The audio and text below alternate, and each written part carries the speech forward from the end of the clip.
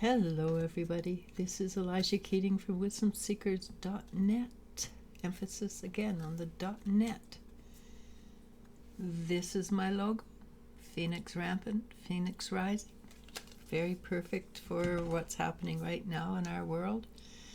The new rising out of the old, burning away the old energy. I know that right now people are working with a lot of core wounds, so that should be a very exciting time for us.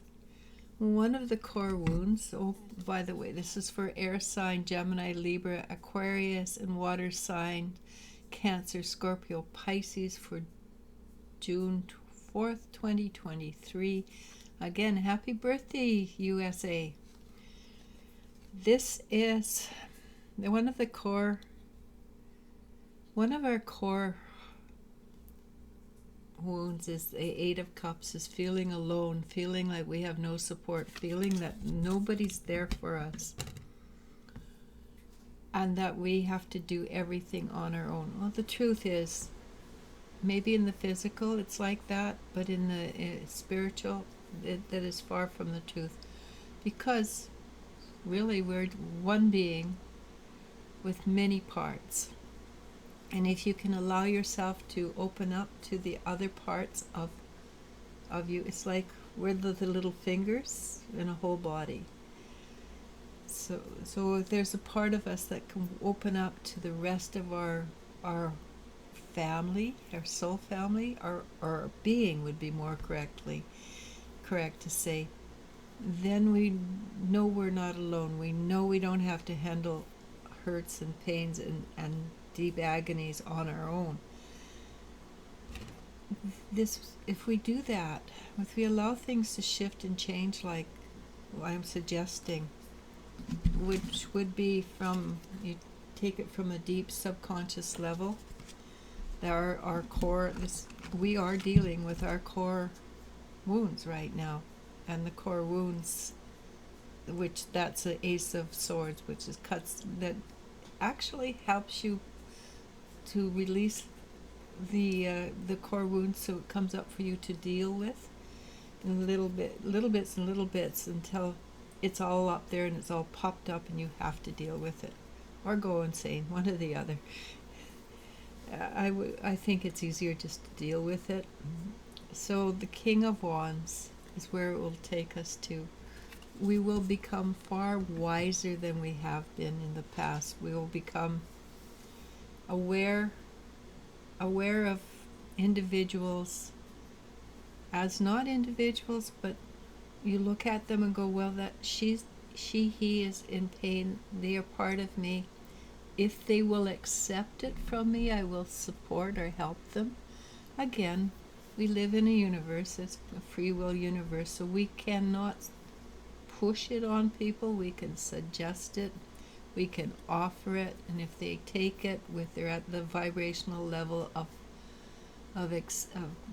trying, we can do that. If they're not, then we leave them alone, because we cannot force people to be what they are not yet ready to be. So that is where we're getting to. We're getting to the wisdom to choose to help when it's the right time to help, if and when people are ready. And you can always drop hints. That is not, whether they accept it or not, that's totally different. If they accept it, then okay, they're starting to get ready, or they're ready. And which is, with they're ready, you can put in a little bit of love energy. That makes a huge difference. Coming out of this stage, it's a Two of Swords.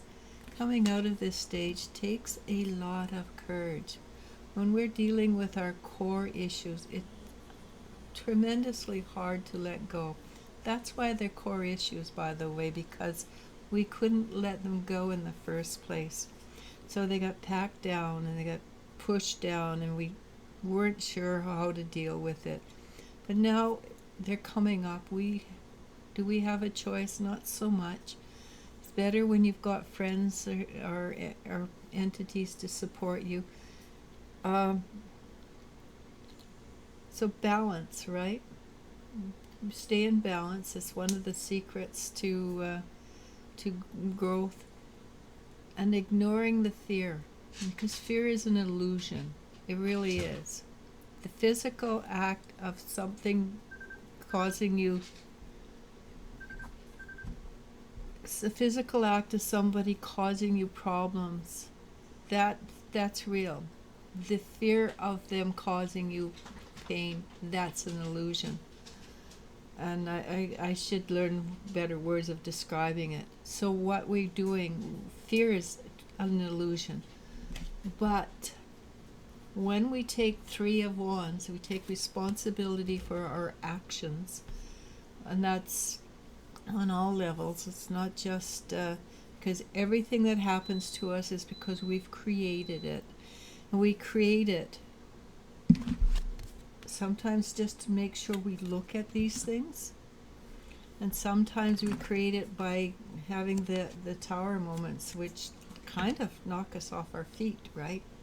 So that we can grow and become better people or better entities in our own right. It gives us, every time we knock ourselves off our pedestal, it gives us more tools to deal with, because we have the tools, we have the ability. We actually know all this. We're just remembering. I promise you, we're even with this is your first reincarnation on Earth as a human, you've already been enlightened. You just gotten back, forgotten it, and now you get to get back to being enlightened. It is a long process. Don't have to make it long. You can do it in short strides. But sometimes it takes us a long time to learn one lesson. And why? Maybe it's fun. Maybe on some level we just sort of really enjoy the concept of living in a physical body, eating physical food, doing really dumb things. And like teenagers, they haven't quite mastered the idea of being an adult, so they have the black and white stage where everything is either black or it's white, it's either good or it's bad, there's no grays. Maybe we just enjoy that stage. But what we do as we grow is become stronger in who we are. We become more aware of who we are. And that is what we're trying to do. We're trying to get we're returning back to where we belong. We're returning to our authentic selves. And remember, we're physical beings. So at this point in time, we can only be our authentic selves as we are in that physical body. So when we get out of the physical body, that we can do a lot more. And we can be in the physical body and manifest amazing miracles. I'm not denying that. But at the same time, as long as we are encumbered by a physical body, and we're not at a point where we can transmute that body, we're still limited by what we can do with the physical body. Allow that to be so, because it's not forever. It's only a short time. So we have so much support. We have ancestors, guides, angels. We also have the support here in the physical if we know where to look for it. And that is something that we may or may not have the knowledge to do. But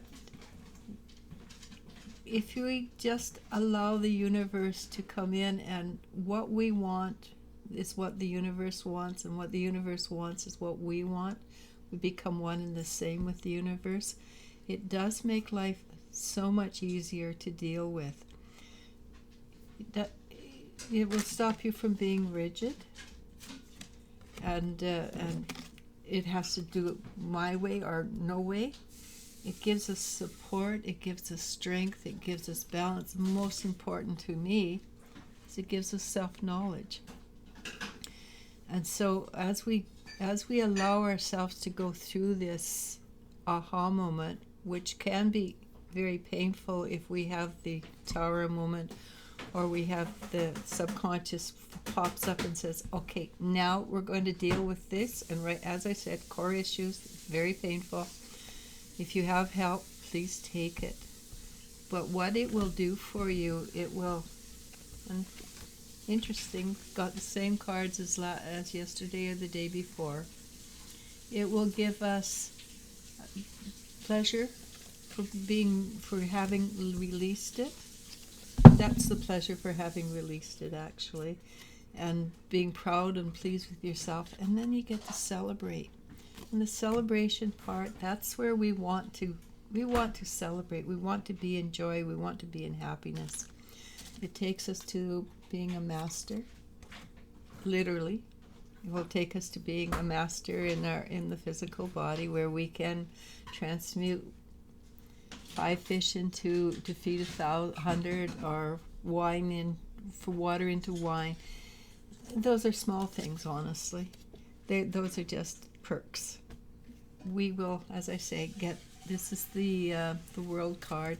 We will be receiving many more gifts of the spirit. Why? Because we are helping the physical by being more than we were. We are becoming enlightened. Is not for us.